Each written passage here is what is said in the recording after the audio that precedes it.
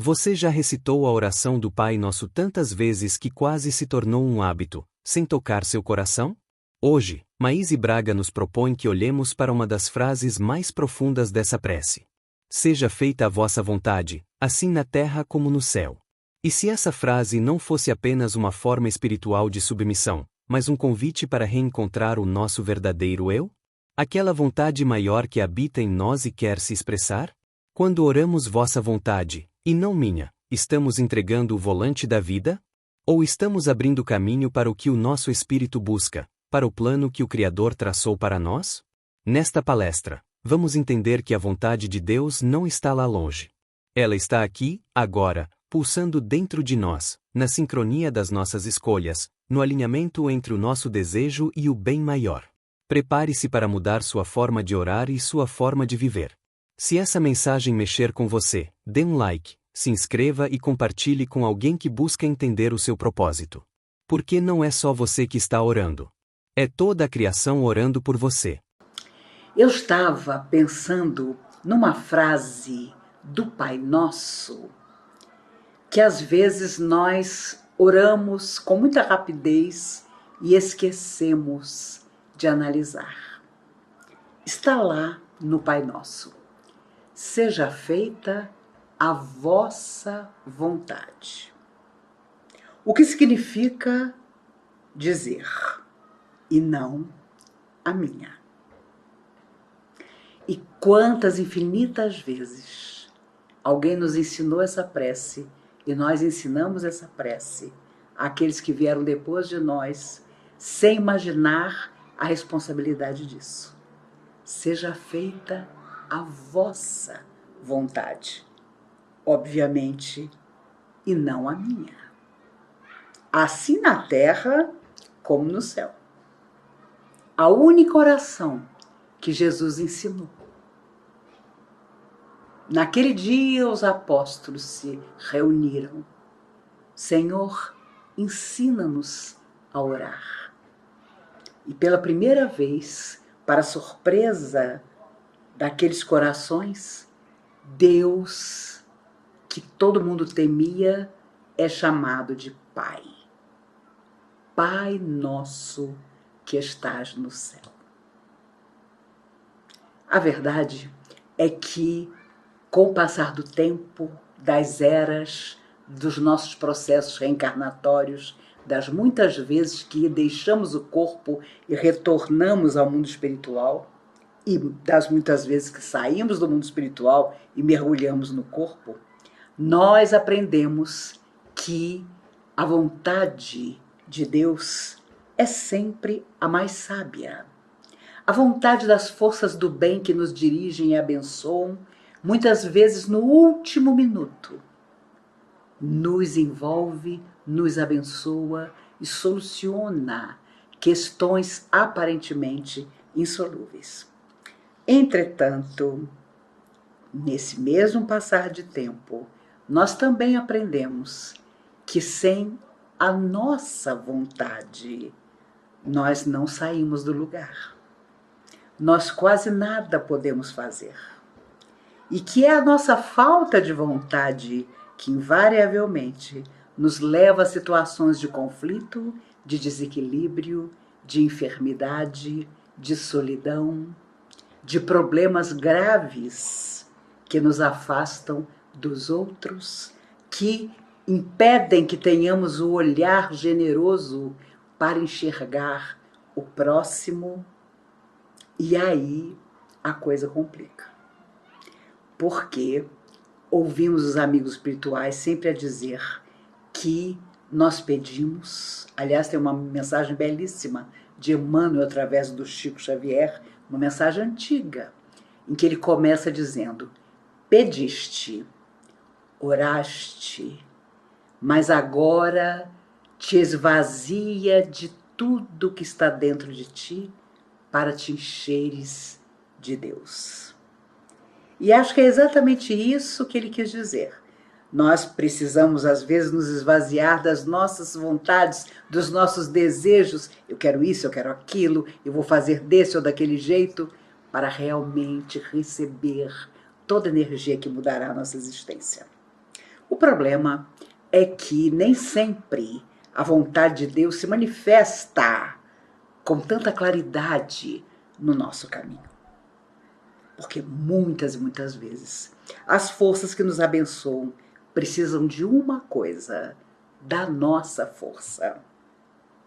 Na Comunhão Espírita de Brasília, onde cheguei aos 15 anos de idade, há muitos anos atrás, sempre ouvi Dr. Bezerra de Menezes e outros amigos formidáveis contarem que para curar alguém que está na Terra, que está encarnado, que está em busca de um tratamento físico-espiritual, os amigos espirituais precisavam de 3 coisas: das energias dos laboratórios do infinito, das energias da natureza e a terceira coisa, a mais complicada, a vontade da própria pessoa que esperava a cura, que esperava o benefício. E aí voltamos naqueles momentos maravilhosos da vida de Jesus, quando as pessoas o interpelam: Senhor, se quiseres, bem me podes curar. Que momentos extraordinários, quando Jesus afirmava: pois eu quero.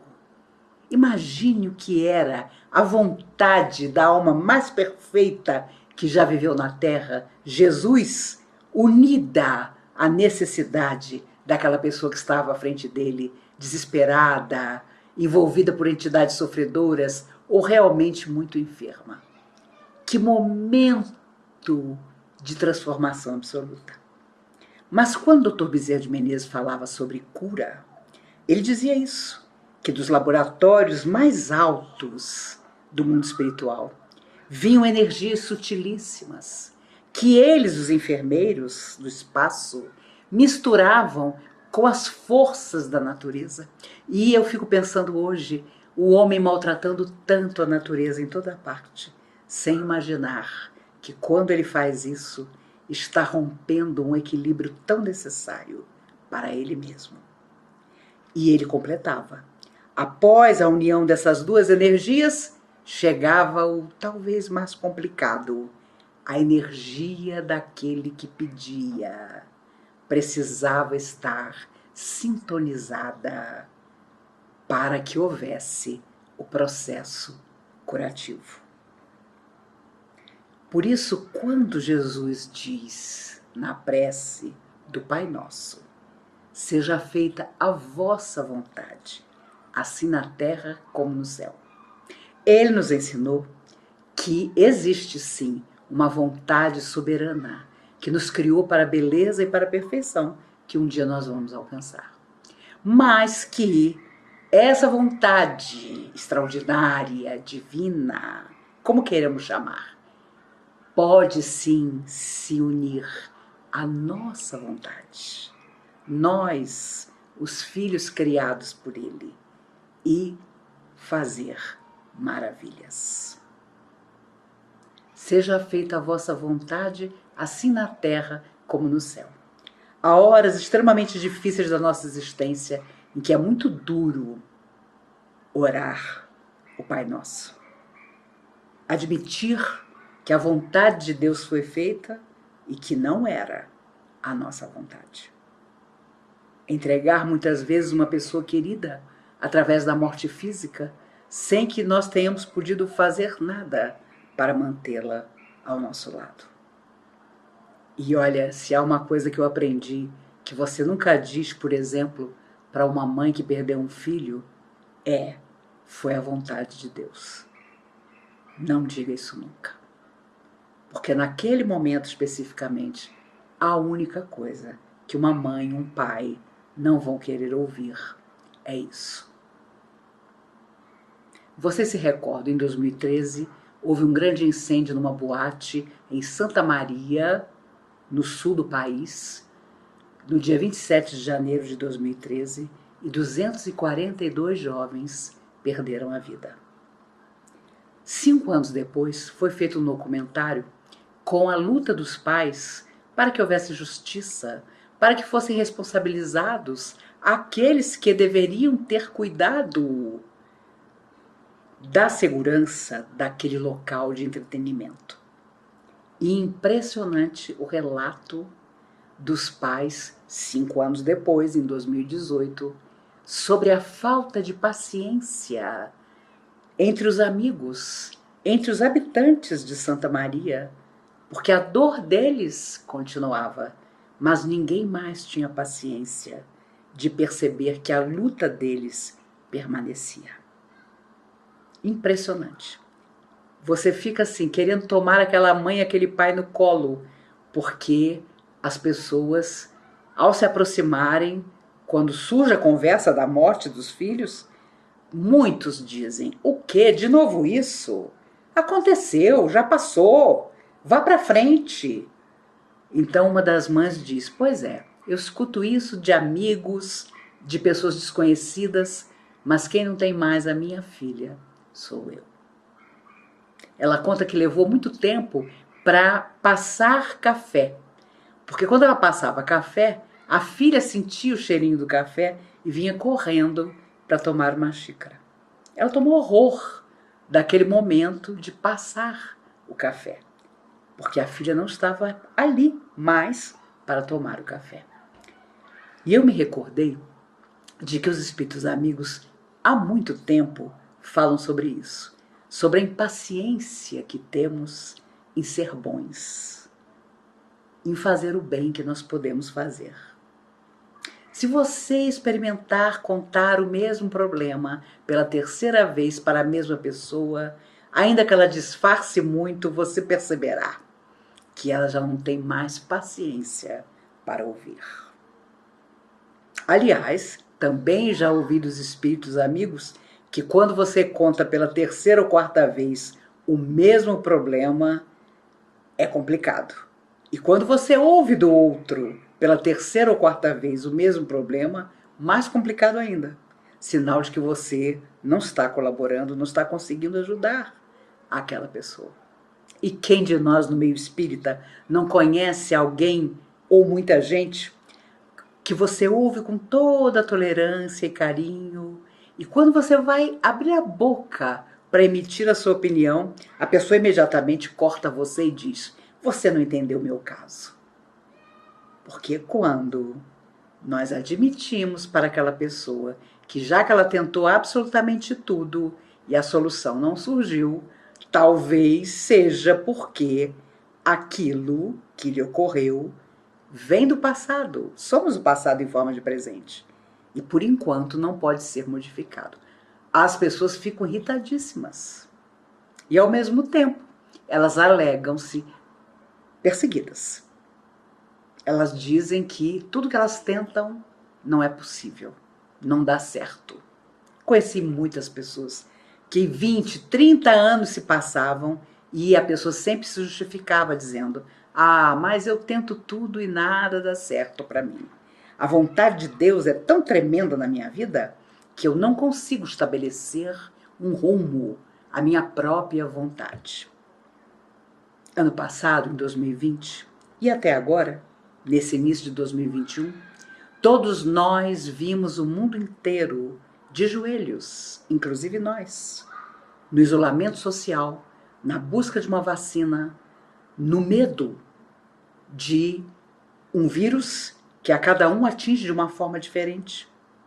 E o impressionante é que eu tenho certeza que daqui a 10 anos ou 20 anos, pessoas que nunca quiseram dar um rumo novo às suas vidas estarão dizendo: ah, quando a minha vida estava deslanchando, quando eu estava conseguindo que a minha vontade mudasse o meu destino, veio a pandemia e nunca mais eu dei certo para nada. Porque quando a nossa vontade não é suficientemente forte para mudar o que precisa ser mudado, qualquer coisa é justificativa para o nosso fracasso. Ah, fulano veio nessa encarnação, coitado, para passar por essa prova. Nada para ele funciona. Ele não é feliz de jeito nenhum. Mas será mesmo que fulano é tão solitário que nunca encontrou alguém que lhe estendesse a oportunidade de fazer o melhor para a sua própria vida? Será que o processo que vem do nosso passado espiritual é infinito e não nos permite respirar, enfrentar novos desafios, ser felizes, principalmente fazendo os outros felizes? Quando Jesus falou, seja feita a vossa vontade, eu creio que ele queria nos preparar para que estivéssemos prontos para quando não desse certo, mas que tentássemos de todas as maneiras o dar certo. Até porque ele também disse, brilhe a vossa luz, vós sois deuses, a cada um segundo suas obras, que eu confesso a vocês que é a minha frase favorita de Jesus, e tantas outras extraordinárias que conduzem nosso coração até hoje. E que conduzem de pouco tempo para cá, porque só ontem, nos afirmam os amigos espirituais, a noção do belo e do verdadeiro chegou ao nosso coração. Nós espíritas, então, minha nossa, adoramos cobrar. Ah, mas semana passada eu tomei passe.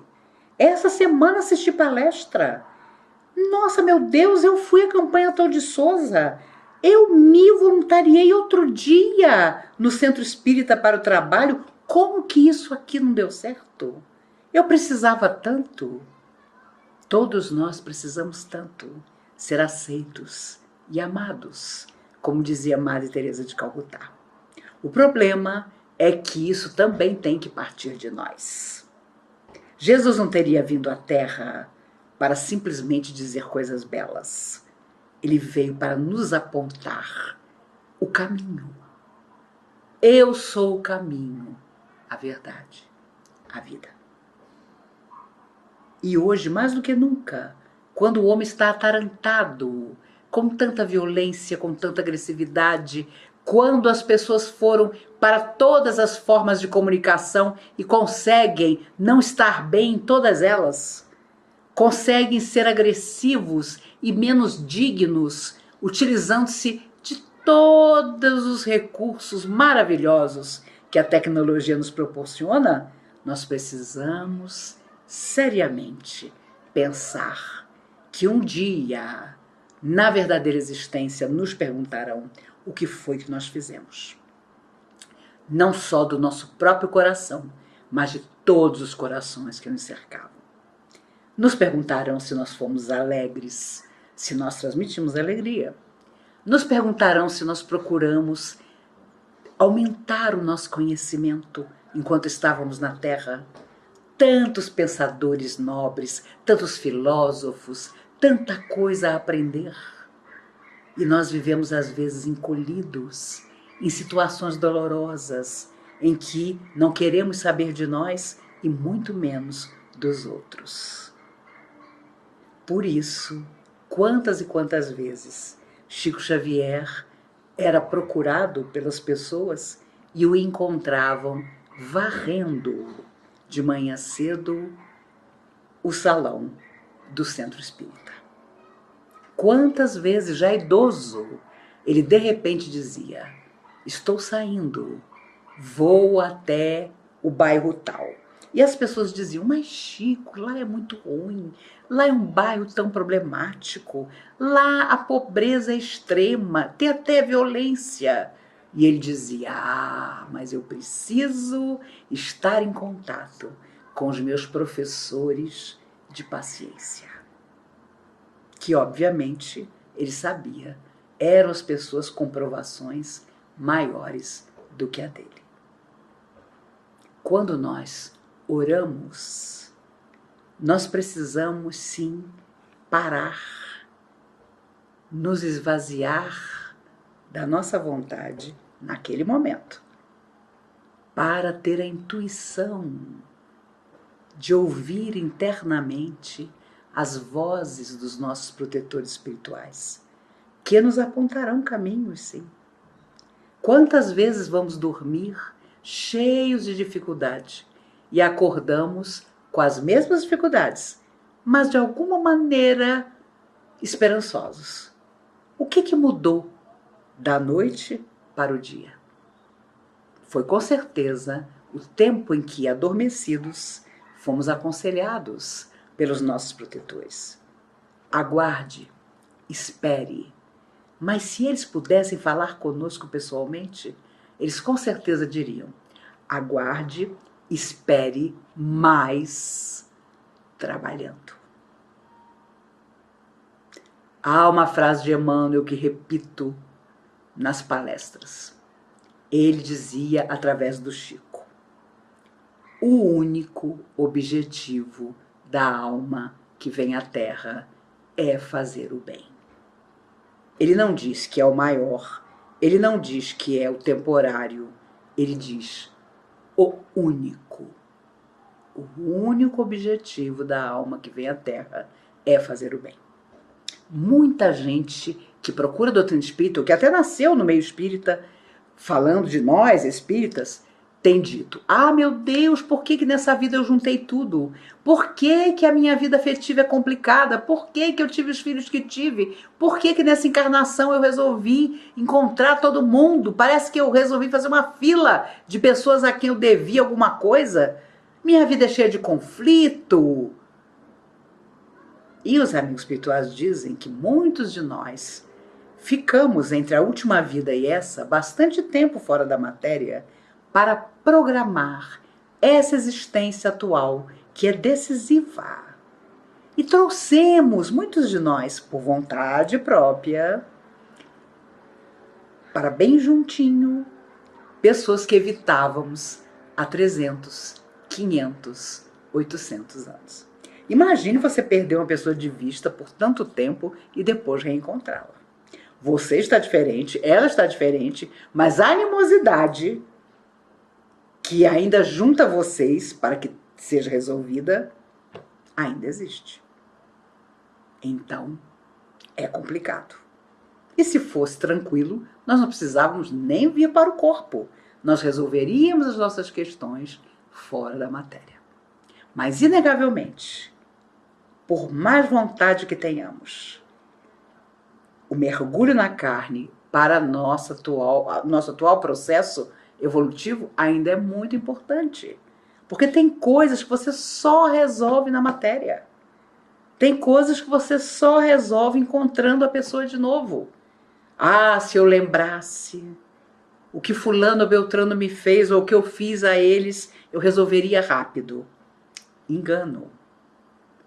Porque se lembrássemos, talvez não falássemos com quase ninguém com que está à nossa volta, com os quais convivemos de forma relativamente tranquila. E dizer que nós não lembramos é complicado.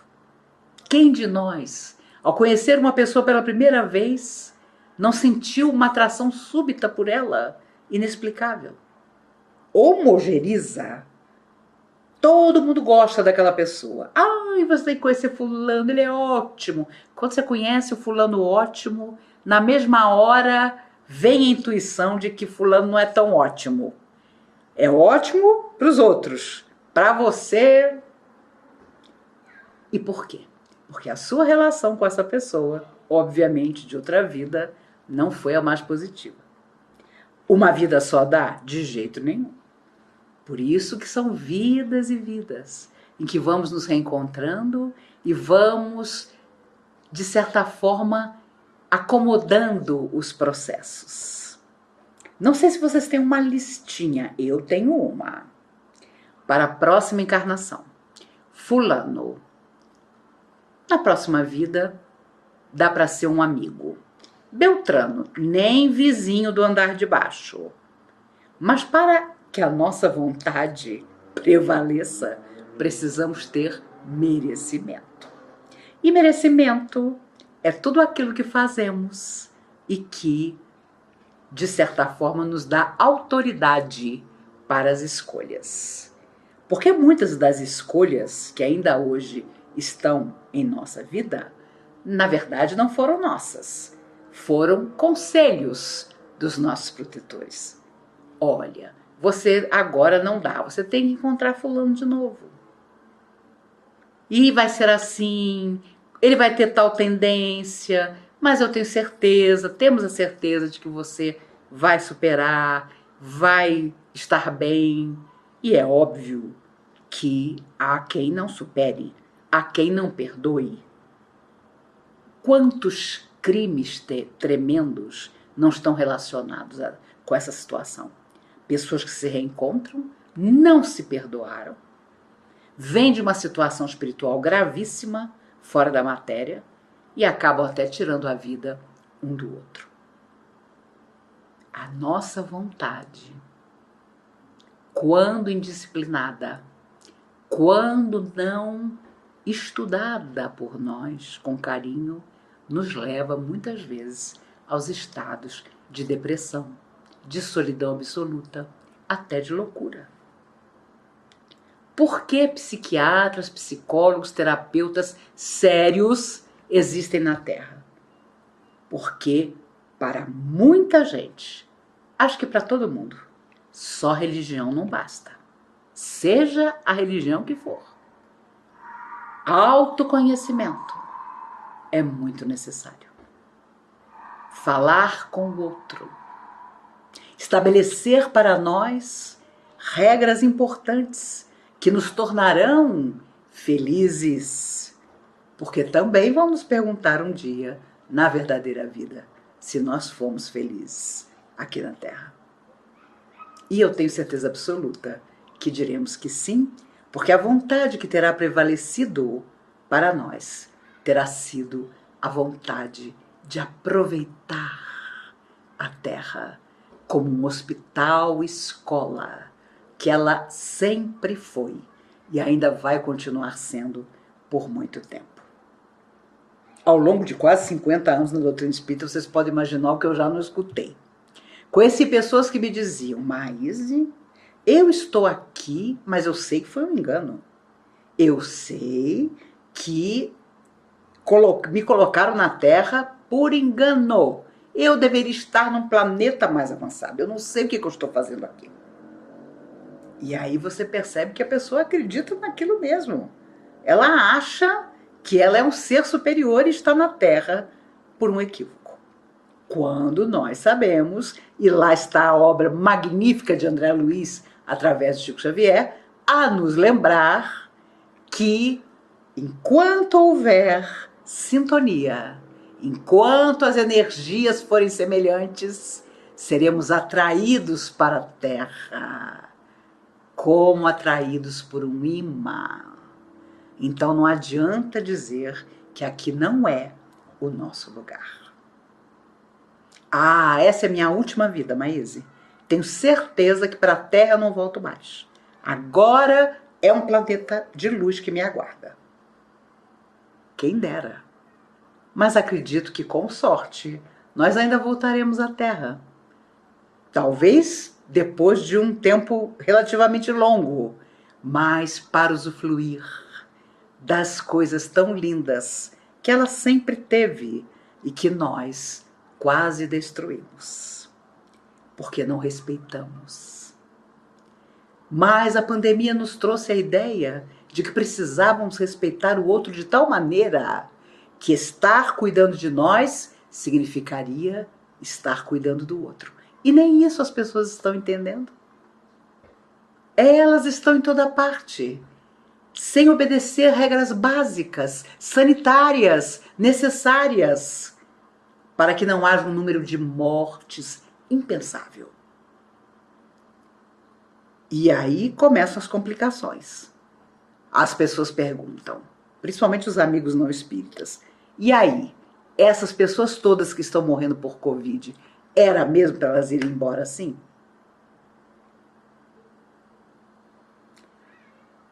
Como será quando você tiver que dizer a uma pessoa que perdeu uma filha de 5 anos atropelada por alguém completamente bêbado, que a filha dela de 5 anos deveria morrer dessa maneira? Confesso a vocês que quando eu fico pensando sobre tudo isso, e há 10 meses eu estou dentro de casa pensando sobre tudo isso, eu entendo ainda mais o convite que Jesus nos faz: seja feita a vossa vontade. Porque quando nós educarmos de verdade a nossa vontade, ela será uma força extraordinária, vinda do fundo de nossa alma, na direção de todos que nós vamos poder auxiliar. Ela estará na nossa voz, ela estará no nosso silêncio, quando nós vamos ouvir com paciência e com tempo aquele que precisa. Ela estará no nosso olhar. Ela estará naquele momento em que você está cansado, mas você pode doar um pouquinho mais da sua energia para aquele que sofre. O número de mulheres e de crianças que estão morando nas ruas, principalmente em São Paulo, a maior cidade do Brasil, aumentou demais com a pandemia. E quando nós estivermos todos vacinados e sairmos de casa, o que é que nós vamos fazer? Como nós vamos finalmente mudar a sociedade? Porque deveremos mudar. Ninguém vive uma pandemia global para continuar do mesmo jeito. Eu tenho lembrado em palestras que quando tudo isso começou, eu disse à minha filha Mariana, quando tudo isso acabar, seja como for, nós todos estaremos muito melhores. A humanidade estará muito melhor. 10 meses depois, confesso a vocês, comecei a ter dúvidas. Porque as máscaras caem e as pessoas também estão mostrando o seu pior, o que é inadmissível. Porque, com certeza, quando pudermos todos nos abraçar novamente, vamos com serenidade perceber que precisamos corrigir, às vezes, um privilégio que temos e que falta ao outro.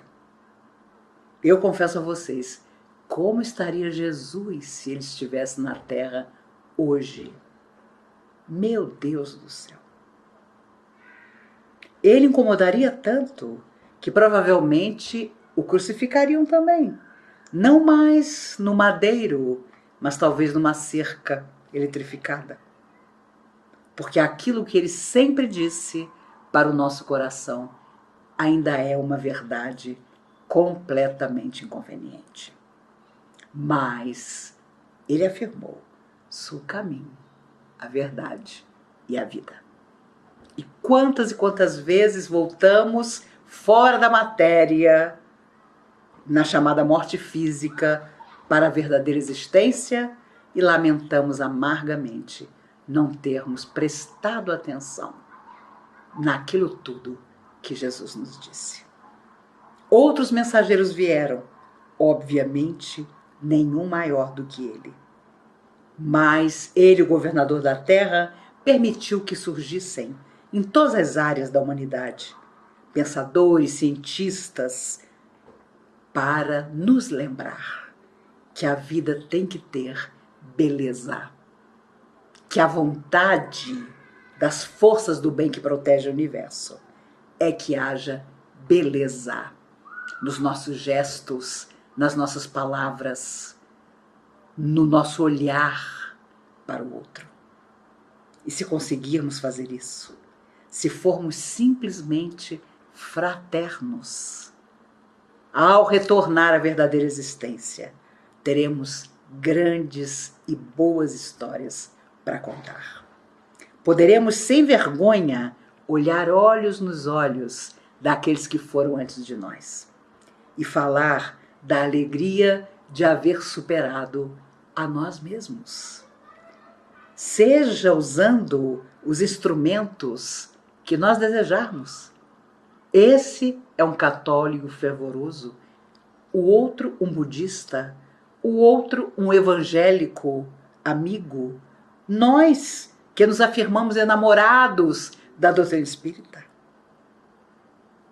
que de vez em quando nos lembramos de pioneiros magníficos como Leopoldo Machado, como Eurípides Barçanufo, como o Dr. Bezerra de Menezes, Caíba Schutel. Meu Deus, eu passaria o tempo todo enumerando essas almas lindas que principalmente venceram o que elas consideravam que precisavam vencer dentro de si mesmas. Quando Chico Xavier foi chamado por Emmanuel para a tarefa, na verdade ele já sabia no seu coração que sua vida, tão humilde, tão sem saúde, tão cheia de lutas, teria um propósito que ele não imaginava exatamente o que era. E quantas vezes ele foi ludibriado, se podemos dizer assim, pelo próprio Emmanuel. Porque Emmanuel foi tranquilo, disse a ele: eu faço ao senhor uma proposta de 30 livros psicografados. E após explicar em detalhes como seria, dizendo inclusive que a vontade dele, Chico, seria respeitada, ficou o acordo. No 30º livro, obviamente, Chico disse: a tarefa está concluída. 30 livros foram psicografados. Emmanuel, sutilmente, diz a Chico: vamos a mais 30. Vamos completar 60. Chico, calado, aceita. Mais 30 livros psicografados, 60 livros. 60 livros, nosso acordo está feito. Emmanuel diz: já chegamos aos 60, vamos aos 100, um número redondo. Chico, já meio desconfiado, aceita. Inclusive a capa do 100º livro, me recordo bem, era linda. Era em tons de azul, o número 100 em dourado. Parecia mesmo uma capa assim, comemorativa, e se tivesse sido de despedida, teria sido linda. Mas foi justamente aí que, ao interpelar Emmanuel, olha, 100 livros, é o nosso acordo. Emmanuel diz: eu tenho uma notícia para o senhor. E aí, acabou a brincadeira. O senhor é uma casa desapropriada, seu corpo é uma casa desapropriada. Vamos permanecer na tarefa, o senhor não tem nada melhor para fazer. E foram 412 livros, em 76 anos de trabalho e 92 anos de vida. Já imaginaram se Chico não tivesse tido o amor, a disciplina, não fosse ele, Chico Xavier, e tivesse naquele momento dito a Emmanuel: o senhor procura outro. Porque se a vontade de vocês é de mais livros, a minha de repente passou. 100 livros. Mais do que suficiente. Mas Chico aceita. E passou o resto da vida a falar da beleza das psicografias, das obras, afirmando categórico que nunca havia escrito uma linha. Tudo era obra dos amigos espirituais. Inclusive não recebia um centavo. Assim que o livro estava concluído, ele ia até o cartório para abrir mão de qualquer direito financeiro e doar a alguma instituição o dinheiro que pudesse surgir da venda daquele livro. Coerência de uma vida inteira. Coerência de Madre Teresa de Calcutá, que em 79, ao receber o Prêmio Nobel da Paz, disse: todo ser humano só tem um desejo: ser aceito e amado. E naquela noite ela ficou sabendo que um grande banquete ia homenageá-la. Isso acontece toda vez que um prêmio Nobel está lá.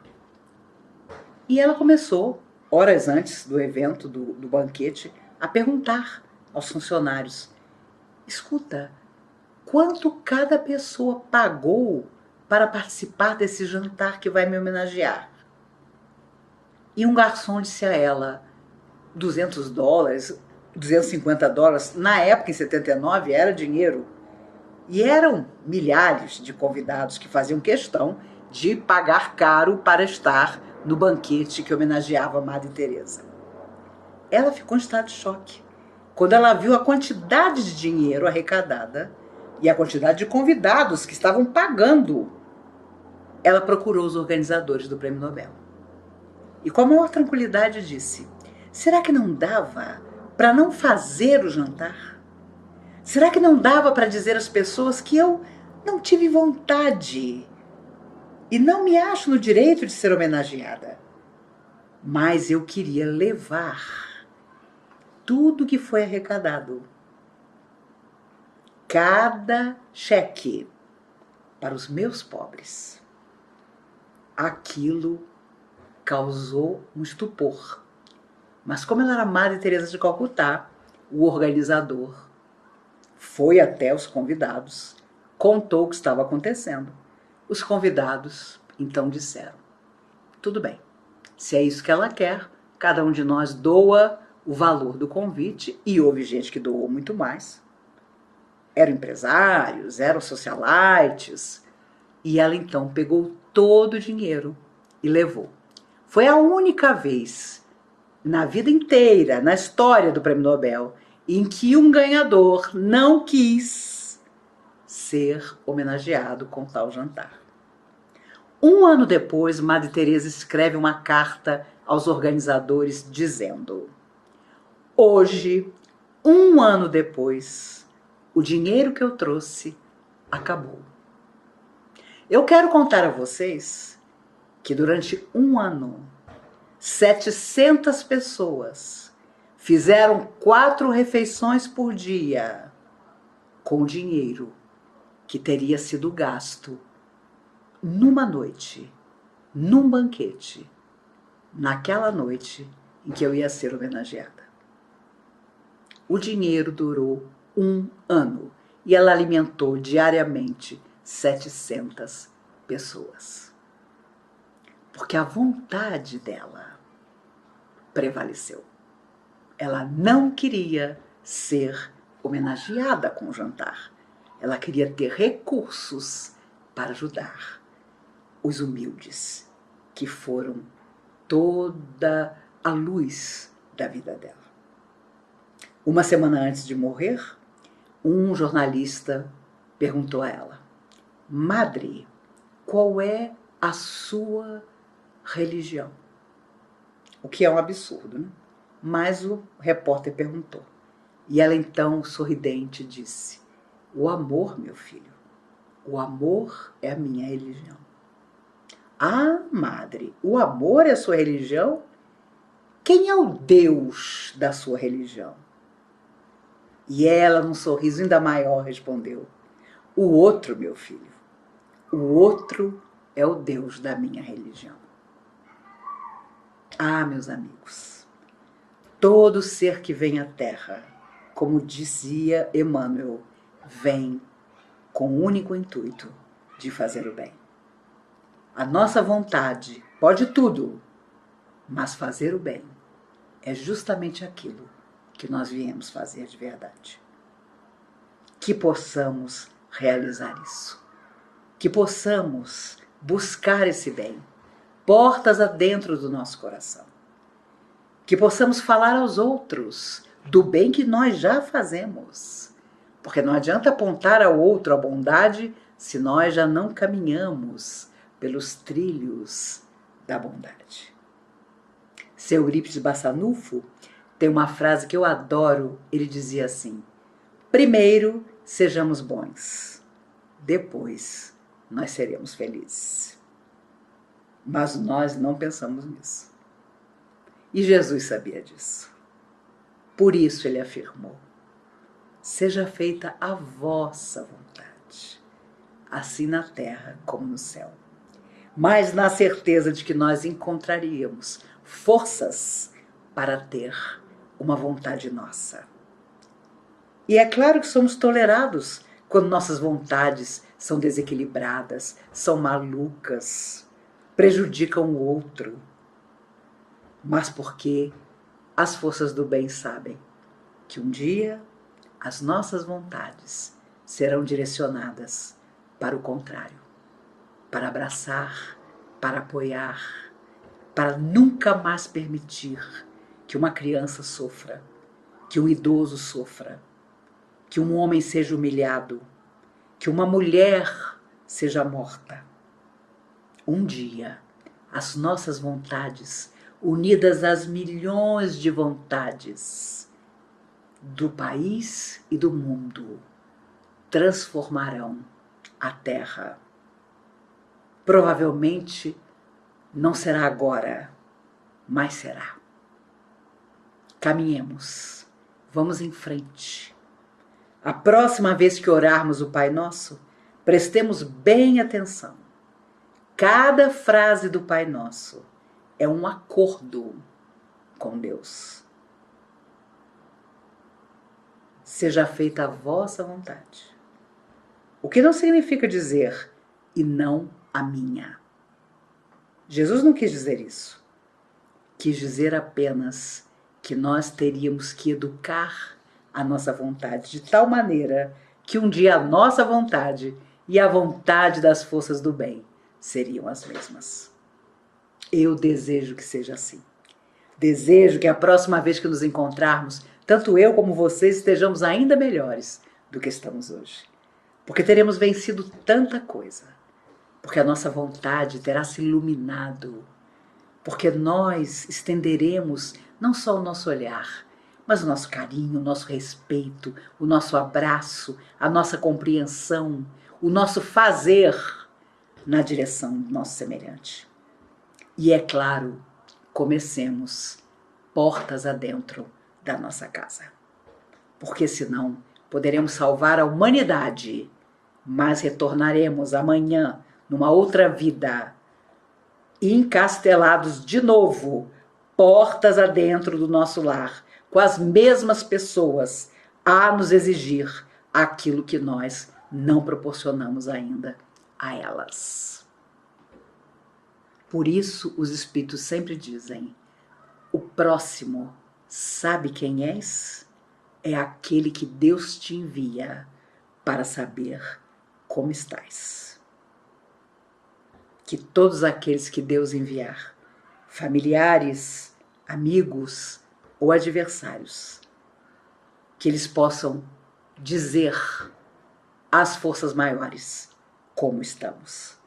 E que um dia, na verdadeira existência, cada coração que aqui ficar possa contar a nossa história, possa dizer da esperança, da beleza, da alegria, da fé que nós deixamos no coração de cada um deles.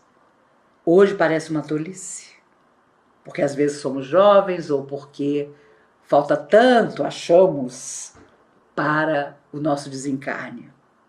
Entretanto, olhando de lá para cá, nós lamentaremos amargamente que as pessoas se lembrem de nós com amargura, com tristeza. E vamos pedir nas nossas orações mais profundas que alguém se recorde de nós com uma pequena chama que nós tenhamos deixado no seu coração. Que possamos acender o mundo, não no sentido do egoísmo, do orgulho, da vaidade, da violência, mas no sentido de saber que o dia de amanhã vem perto, com ele novas esperanças, e que Jesus, ao nos ensinar o Pai Nosso, quis simplesmente nos dizer que aquele que nos criou é Pai, e como Pai quer o melhor para nós. Agora, coloca a mão no coração. A vontade divina não extingue a sua vontade. Ela a aperfeiçoa. Você não deixa de ter escolhas, mas passa a escolher com sabedoria maior. Maíse nos lembra que estamos na Terra como em uma escola-hospital. Para aprender, para transformar, para amar. E que, se um dia retornarmos ao plano espiritual, queremos levar histórias de vitórias vividas, não só de sofrimento tolerado.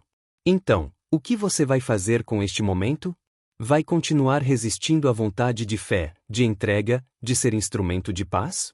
Ou vai aceitar a chama que dorme em você? Aquela vontade de fazer o bem, de amar além de si mesmo, de transformar o ambiente ao seu redor? Feche os olhos. Respire. E diga com sinceridade: Seja feita a vossa vontade aqui, agora, em mim e ao meu redor. Se essa mensagem tocou você, compartilhe. E nos comentários, diga: que vontade maior eu vou permitir hoje? Porque, quando você deixa brilhar a luz que habita em você, você colabora para que o céu desça à terra.